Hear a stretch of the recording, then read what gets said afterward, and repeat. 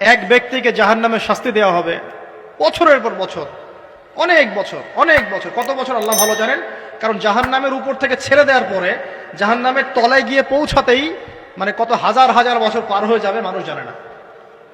এত গভীর জাহান্নাম, এত গভীর। আমরা তো এখন নাসাকে ইলাহ বানিয়ে নিয়েছি, নাসা যা বলে তাই বিশ্বাস করে। ও বলে মঙ্গলে পানি আছে, আমরা বলি হ্যাঁ পানি আছে। ও বলে চাঁদে এই আছে, আমরা বলি হ্যাঁ সেই আছে। নাসা যদি এখন বলে জাহান্নাম নামে একটা জায়গা আছে, কালকে দেখবেন সব মানুষ বিশ্বাস করছে জাহান্নাম নামে একটা জায়গা আছে। এটা হলো যে সায়েন্সকে আমরা এখন উপাস্য বানাচ্ছি, এটা একটা শিরক, এটা আধুনিক শিরক। আধুনিক আরো শিরক আছে, আল্লাহর হালালকে হারাম করা, আল্লাহর হারামকে হালাল করে নেওয়া। ওইদিকে আমি যাচ্ছি না।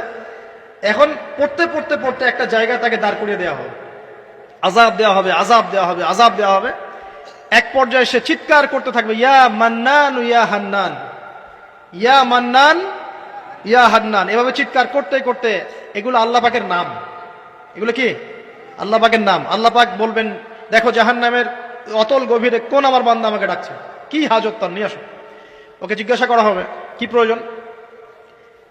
সে শাস্তির অভিযোগ করবে, শাস্তির অভিযোগ করে তাকে বলবে যে আমার এই শাস্তি আমি সহ্য করতে পারছি না, আল্লাহ আমাকে এইটা দাও সেইটা দাও আমাকে, আমি যেখানে থাকি সে থাকার জায়গাটা ভালো না, আমি যেখানে বসি বসার জায়গা ভালো না, এরকম অনেক কথা বলতে থাকবে।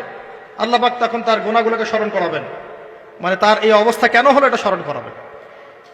এবার সে ব্যক্তি পিছনে ফিরে, তাকে আবার পাঠিয়ে দেওয়া হবে, যাও পিছনে ফিরে যাও।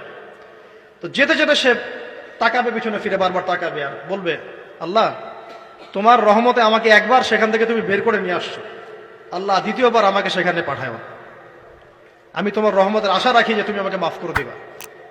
আল্লাহ পাক বলবেন, আমার রহমতের ওসিলায় সে আমার কাছে চেয়েছে, যাও আমি তাকে মাফ করে দিলাম। এই জাহান্নাম থেকে বের করেও আল্লাহ পাক অনেক মানুষকে কি করবেন, জান্নাতে দিবেন ইনশাআল্লাহ।